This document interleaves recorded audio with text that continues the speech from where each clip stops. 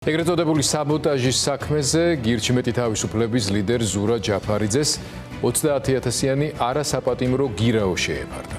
მან თანხა 30 კალენდარული დღის ვადაში უნდა გადაიხადოს. ასევე ჯაფარიძეს პროკურორის ნებართვის გარეშე აეგრძალა საზღვრის კვეთა.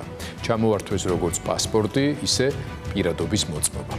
ზურა ჯაფარიძესთან დაკავშირებულ ამ თემას და ზოგადად ამ მოვლენების განვითარება ჩვენ გადაცემის განმავლობაში კიდევ არაერთხელ დაუბრუნდებით. ახლა კი გადაცემის ედიტორიალი, რომელსაც არც თუ ისე უცნაური ალბათ სიტუაციის შესაფერისი სახელი დავარქვით და მისი სახელწოდება ასეთია: ამბასადორიალის დიპლომატიური ჭინთვები. საგარეო საქმეთა სამინისტროს ამბასადორიალი წესით ქვეყნის საგარეო პოლიტიკის სარკეა. სად ვართ, საით მივდივართ, რა შევძელით და რა ვერ გამოგვივიდა საერთაშორისო ასპარეზზე. ეს ფორმატი სწორედ ამისთვის არსებობს. დიპლომატიური კორპუსი აჯამებს განვლილ პერიოდს, იღებს უკავშირს და მომავალ წელს იწყებს უფრო მკაფიო სტრატეგიული ხაზით. წლების განმავლობაში, როცა საქართველოს რეალურად იდგა ევროატლანტიკური ინტეგრაციის გზაზე და დასავლეთთან ნდობა არსებობდა, ასეთ შეხვედრებს ხშირად ახლდა მაღალი დონის პოლიტიკური ვიზიტები. პარტნიორი ქვეყნების პირველი პირები თბილისის ამბასადორიალში თავისი მონაწილეობით ხაზს უსვამდნენ, რომ საქართველოს მათ დღის წესრიგში იყო. დღეს კი იმავე ფორუმზე მაღალი დონის სტუმრები კი არა, დასავლეთთან ურთიერთობა ისეთსავე სიბრტყეშია დანახული და განხილული, სადაც მსოფლიოს ყველა რეგიონთან, ზუსტად ეს ფრაზები ითქმება დღეს, ურთიერთობის ზოგადი პანორამაა. თითქოს ეს უბრალოდ დიპლომატიური გეოგრაფიაა და არა ჩვენი უსაფრთხოებისა და განვითარების მთავარი ღერძი. ხელისუფლების რიტორიკა კვლავ ტრიალებს სუვერენიტეტის, მშვიდობის, პროგნოზირებადი პოლიტიკის ირგვლივ და პრობლემის წყარო, როგორც წესი, გარეთ იძებნება, გარეზე წოლებში, ჩარევებში, შეუთანხმებელ მოთხოვნებში. ამ ფრაზებში ბრალდებები იმალება, თითქოს საგარეო კურსის კრიზისი, სხვისი დამოკიდებულების შედეგია და არა საკუთარი გადაწყვეტილებების ჯამი. სინამდვილეში ამბასადორიალი ტარდება ქვეყნის თვითიზოლაციის უპრეცედენტო პოლიტიკის ფონზე.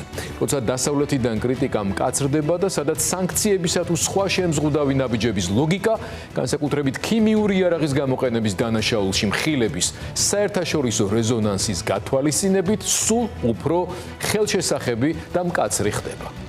ამასთან ჩვენი პარტნიორები ცდილობენ ეს ნაბიჯები ისე გადადგან, რომ ნაკლები ზიანი მიადგეს ქართველ ხალხს და მეტი იმ ძალაუფლების ცენტრს, რომელმაც ქვეყანა ამ ჭიხამდე მიიყვანა. ეს არის დილემა, რომელიც დღეს უხილავ, მაგრამ მკვეთრ ხაზზე გადის. დავიცვათ საქართველო და პარალელურად დავსაჯოთ რეჟიმი. ამიტომ დღევანდელი ამბასადორიალი აღარ არის წარმატებების ანგარიში და არც მომავლის რუკა.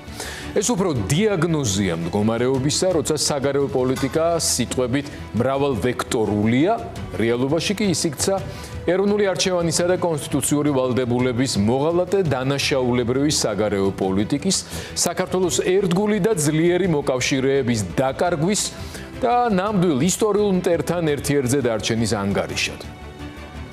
ან შეიცვლება რეჟიმი და საგარეო პოლიტიკას დავაბრუნებთ კონსტიტუციურ შესაბამისად მკაფიო დასავლურ ღერძზე. ან გავაგრძელებთ თვითიზოლაციის ინერციას, რომელიც ქვეყანას დაცებლური ინსტინქტებით მოქმედ რუსეთს პირისპირ შეატოვებს. ყოფილი პარტნიორების მხრიდან კრიტიკა და სანქციების ლოგიკა ოცნების მიერ მოტანილი რეალობის შედეგია და არა რაღაც deep state-ის თუ ვიღაც ევრობიუროკრატების ახირება. ეს არის შედეგი ივანიშვილის პოლიტიკის, რომელმაც ნდობა შეცვალა ეჭვით, დიალოგი მუქარით, სტრატეგიული არჩევანი კი ტაქტიკური ხრიკებით, როგორც თავად უწოდებს ტრიუკებით. და თუ დღეს ამბასადორიალზე პრეზიდენტად მომუშავის წვალებას, დიპლომატიურ სამსახურს შემორჩენილი ქართველი ელჩების უხერხულ შმუშვნას და კიდევ უფრო უხერხული შინაარსის თავის მართლებას ვისმენდით, ხვალ საერთოდ აღარ იქნება ვინმე დასარწმუნებელი. იქნება მხოლოდ ფორმალურად ქვეყანა, რომელიც საკუთარი შეცდომების ფასსაც მარტო გადაიხდის და საკუთარ უსაფრთხოებასაც მარტო დაიცავს. უფრო სწორედ, ვერაფერსაც ვერ დაიცავს.